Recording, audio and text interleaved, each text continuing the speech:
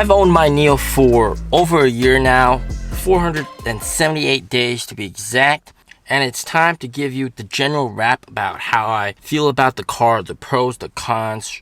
Should you buy the car? Is it better than a Tesla? And some of the overall strengths and weaknesses of owning a NIO. But before we get started, I should tell you guys to definitely scan this QR code with WeChat if you live in China. Get yourself a test drive, and also the awesome NIO sales reps will introduce the car to you and go over the car in more detail than I will. Also, we are officially sponsored by Moomoo. Create an investment account with them. Get up to 5 free stocks and also a free Apple stock. Check them out. Link in the description down below. So I took delivery of my car back in December of 2020. It was an absolutely fantastic experience. And up until now, I've been driving it as my daily vehicle. And this video will just go in depth and it'll be pretty fast paced. And we'll just cover a lot of topics. So stuff I liked in general. First of all, the build quality and interior is super nice. This thing is built like a tank. It's full aluminum frame chassis. It is very expensive for NIO to make. And this is really strong. It's a generally really strong car. I haven't gotten into any accidents except one time where I was making a unprotected left turn. There were no traffic lights and a delivery driver snuck up in front of me and I accidentally bumped into him. But you know, he was all very shaken up, but there were no dents on the car. So this is very strong, solid built car. The doors are really nice and thick. It's all quality materials, microfiber, leather. Nothing feels cheap and flimsy. So it is a very safe and good car. Now to driving dynamics. It drives well. It handles like an airplane. There's a lot of sensors that tell you what you're doing. If you're veering off lane, it'll tell you. It handles very well. You feel all the turns. Steering is true to life. It's really nice. If you've driven a BMW, this is what it sort of feels like. And it is a very agile car. Not only is it fast, it's not as fast as a Tesla. It's fast, but it's very agile. You can maneuver it quite well. And I've taken this onto road trips. I've been up onto the mountain with this car, off-road. The suspension is fairly well, pretty solid. Now I do have the spring suspension with the sport variant. If you go with the air suspension on the performance variant, that will be relatively smoother. And what's really nice is NIO does offer firmware over the air updates pretty readily, and that sometimes does offer tuning to the suspension, and that does improve the suspension. So that's pretty nice. And what's really cool that I really loved is the attention to detail on this car. Some of the stuff they have is, for example, lane departure. If you accidentally, your wheels hit the lines on the road, right? It'll give you audible warning and then give you a little vibration, tell you that you're veering off lane. There's bike warnings. So if there's a car coming from behind really fast, you're trying to make a turn to the left or something like that, it'll warn you, like give you audible warning, also give you a little vibration. So it is almost like driving an airplane, man. There's a lot of warnings to keep you safe. Also, when you're trying to open the door and there's a bike or there's a car coming, it'll warn you as well, so you don't open up and, like, you know, your door collides with the bike. When you turn into reverse, the mirrors automatically tilt down. That is really nice for backing. You can see the curbs with the mirror, and of course there's also 360-degree camera. Of course, when you turn on the turn signals at night, it'll light up that area. So for example, turn on the left turn signal, it'll light up the left side of the vehicle, which is really awesome. Good for really dark conditions. And even if you don't turn on the turn signal, if you turn the steering wheel a few locks, it'll also turn on lights in whichever direction you're steering to. And then some other attention to detail is the driver's seat positions and exiting position. So you can set the seat position to your liking, adjust it, and then memorize that for when you're driving, and then also set the position to how you like it when you leave the car. So what that means is when I hop onto the car is at my exit position, right? It's easier for me to get out and get in the car. Once I get in, I close the door, right? It's going to automatically put me into my driving position, which is up higher, more front, and then I can see better, I can drive better.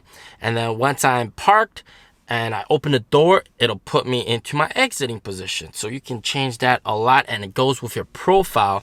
So even if you use your phone to scan onto someone else's NIO and drive their NIO, it's going to import your seat settings, your exact seat settings to that NIO as well.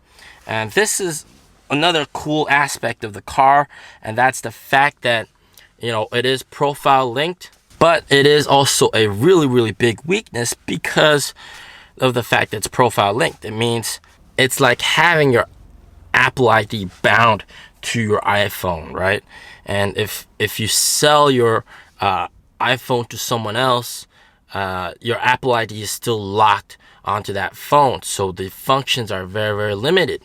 And this is also the case with NIO. And if I sell my NIO, I have to go through NIO's official secondhand program. Otherwise, the car is still locked onto my account. I can't switch ownership account-wise to the new owner unless NIO does it. So what can happen, which is really bad when this does happen, and this happened to Vadim, which is a subscriber. He owns a second-hand NIO ES8 in Ukraine. He's safe right now because he went to Turkey. But he bought his NIO and the account was still linked to someone in China. Hello, my name is Vadim. I live in Kyiv, Ukraine. This is my car NIO ES8. Today is 3 degrees outside, quite cold. My car has AC, but I can't use it. My car has heating steering wheel and seats, but I can't use it. My kids are freezing in the car because the car is still tied to the previous owner. And that meant he couldn't turn on the AC because the AC and everything is controlled by the center screen, and the center screen was just locked dead. You can't do anything. You can't see the map. You can't turn on hotspot. You can't turn on Wi-Fi. You can't play music. That just sucks. So it is a double-edged sword. Something else to complain about, the boot up time is very slow sometimes. That's really annoying, especially when I hop onto the car, the headlights automatically turn on, but maybe I'm not ready to leave, right? Maybe I'm at a parking lot, someone else sees me, oh, this guy turned on his headlights, maybe he's ready to leave. So there's some dude waiting for me to get out of my parking spot, but I'm just waiting for the screen to turn on so I can turn off the lights. So that kind of sucks. Also, AC control, you can't do anything with the AC until the screen boots up, and also turn on hotspot, etc.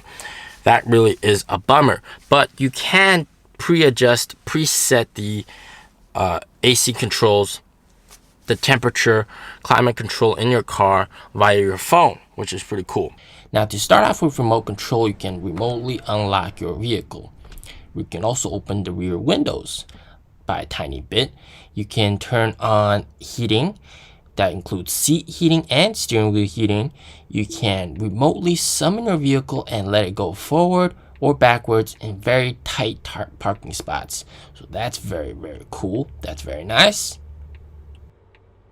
And you can send navigation to a vehicle from your phone. So that's also very handy.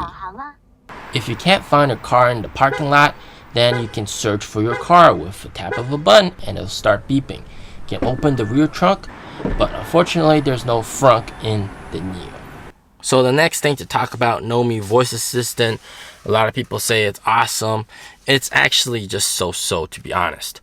It gets the job done. If you tell her where you want to go, it's going to give you the navigation. But other than that, even some basic functions like roll down the windows, sometimes she doesn't even get that. So yeah, it's good that it's there. Next, I want to talk about just in general battery swap. Battery swap and charging. NIOs do have 2 charging ports, at least the ones in China do. They have a DC port on the right and an AC port on the left.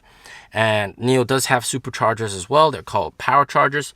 They charge fairly fast. So now it's time to talk about the awesome thing about NIO, and this is the defining feature, battery swap.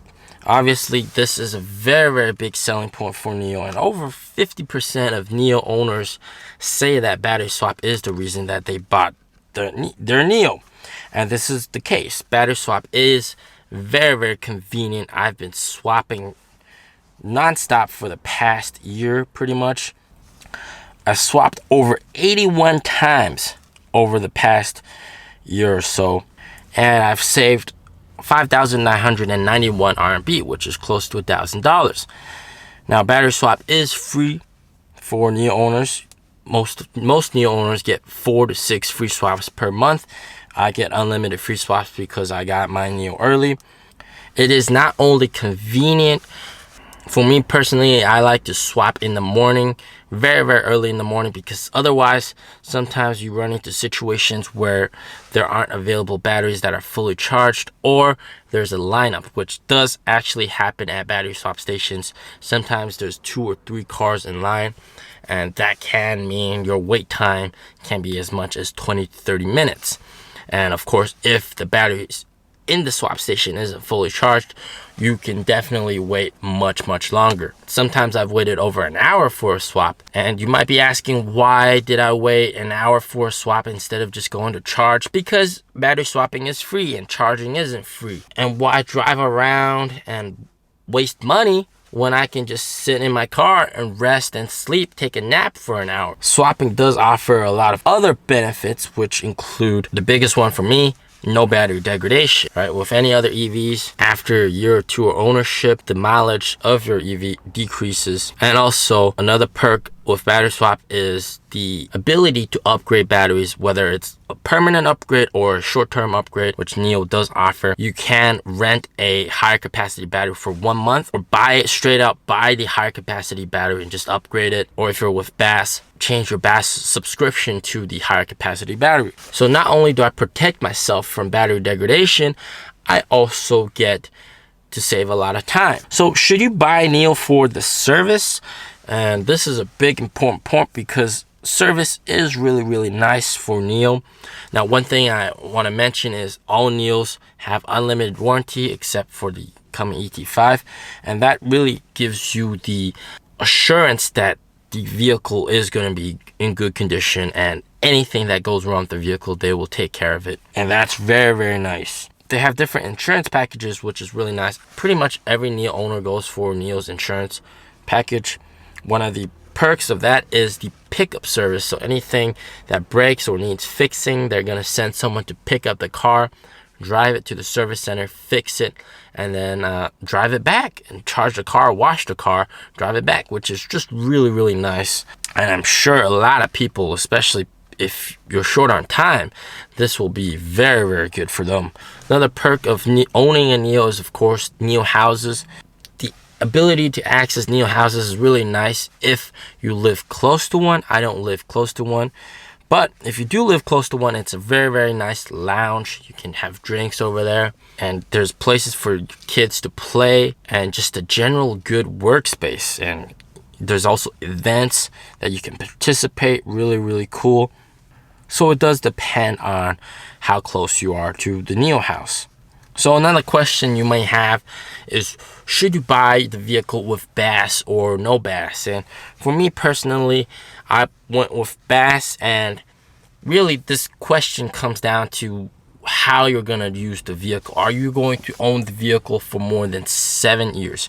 Because BAAS does have a few advantages, all right? Not only does it lower the upright purchasing cost for your vehicle, it also increases the amount of your resale value, because the biggest price depreciation aspect of the car is the battery. And so taking that out of the equation means you can resell your BAAS vehicle for a higher price.